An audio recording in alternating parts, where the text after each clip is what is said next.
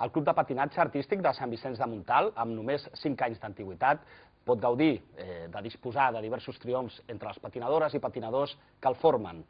El club darrere el qual treballen gran quantitat de professionals d'aquest esport. Avui es troba amb nosaltres el sotspresident del club, Òscar Vaquero, benvingut. Hola, gràcies. Com s'arriba a ser sotspresident d'un club de patinatge? Com va arribar aquesta afició? Bé, sobretot tant els sotspresidents com tothom que composa la Junta són pares de nenes o de nens que estan patinant. I al principi et vas involucrar una mica en mica per ajudar la gent del club i arriba un moment que t'agrada involucrar-te més, es fan eleccions o la gent es presenta i al final acaba sense voler estar gestionant la part del club, la part administrativa del club. Hi ha hagut molts èxits a nivell esportiu, s'han aconseguit 56 pòdiums dels 136 possibles des de l'octubre de l'any passat. Això suposa un 41% de pòdiums amb els tornejos que hem anat i la veritat és que estem molt contents i això és un èxit primer de les nenes sobretot i després de l'equip tècnic que dirigeix tota la part esportiva del nostre club. Com s'arriba, diguéssim, a inculcar aquest esport entre els més petits, l'esport del patinatge? Com agafen afició? És més fàcil amb les nenes que amb els nens. Per sort tenim 3 nens en el nostre club, en Marc, en Rubén i en Axel, però a les nenes és molt més fàcil, perquè a part de la vessant esportiva també tens la vessant artística, hi ha música, hi ha dansa, hi ha purpurina, hi ha maquillatge i tot això a les nenes els encanta, no costa molt. Els agrada una mica més el glamour, no?, per dir-ho d'alguna manera. Molt, l'espectacle, tot el que envolta, a part de, per suposar, la preparació física que comporta. Els patinadors que teniu ara mateix, i patinadores, s'han format pròpiament al vostre club o provenen d'altres clubs també de la comarca? Tret d'un parell de nenes que es van afegir al nostre club quan ja havien començat amb uns altres en poc temps, 2 anys, estem molt orgullosos de que el 99% de les nenes que patinen les hem vist patinar des de petites i s'han format en el nostre club, han començat a patinar amb nosaltres i ara estan assolint èxits amb nosaltres també.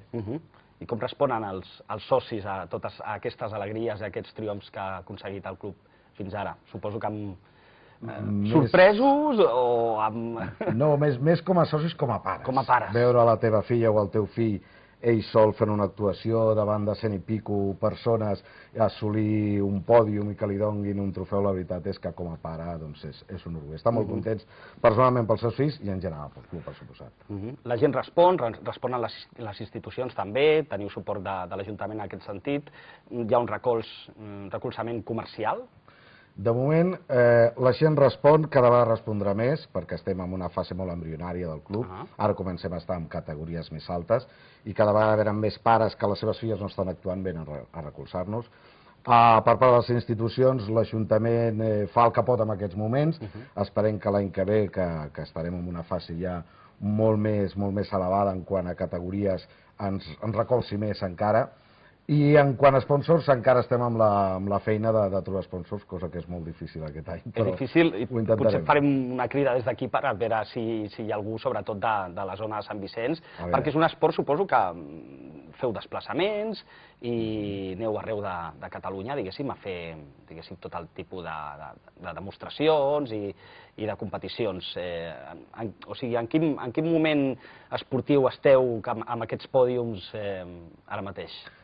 Després de passar la fase embrionària, com et deia, de tenir una bona base de nenes, tenim un 40% de nenes de base, després tenim un 50% de nenes més o menys amb una fase intermitja i estem amb un 10% de nenes en categoria.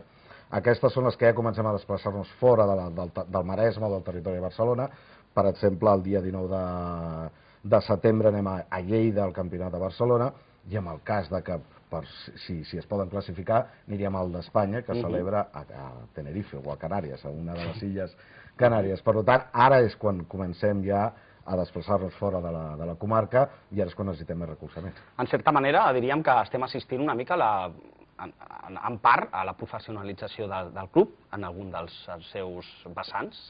Sí, és la segona fase més important de tots els clubs de patinatge. Un club de patinatge artístic, fins que no comença a tenir nenes ja en categories, em refereixo a alevins, infantils, etc. i cap amunt, fins ara tot el que té són nenes en unes categories inferiors, que anem a trofeixos, de la Federació Catalana de Patinatge, del Consell Escolar, que tot això està molt bé, però a partir de les categories és quan un club ja pot gaudir de nenes que surtin del seu país, de la seva comarca, repeteixo, poden anar a campionats nacionals o fins i tot a campionats europeus i anar passejant el nom del club i de la vila arreu del país.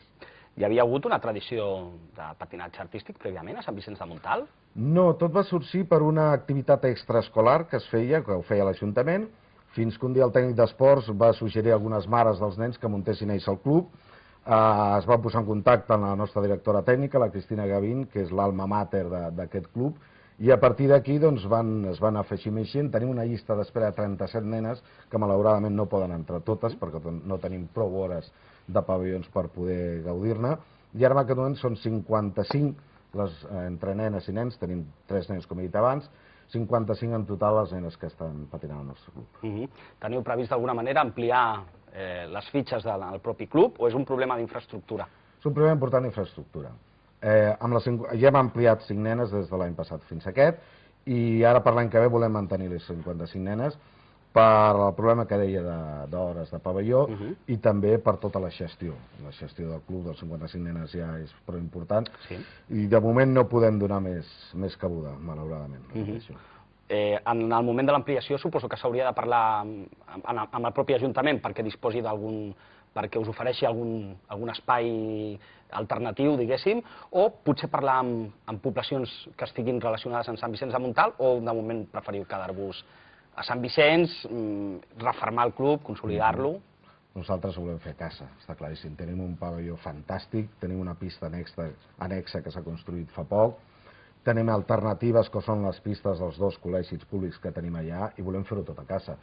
Però si no podem, de tant en tant hem de fer escapades i llogar pistes en pobles veïns quan potser s'apropa un campionat i hi ha 3, 4 o 5 nenes que volen fer uns entrenaments especials. El problema que té el nostre esport és que no és un esport d'equip i una sola nena o un sol nen necessita tota una pista per ensaixar els discos.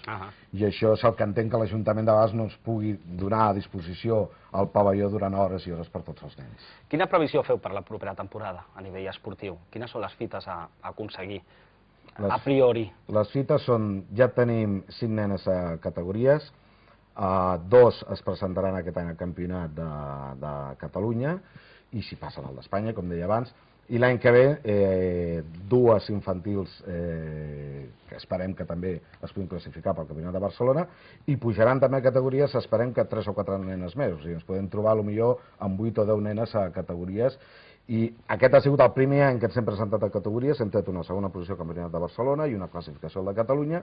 Esperem que l'any que ve, si el primer ens ha anat tan bé, que l'any que ve ens vagi millor.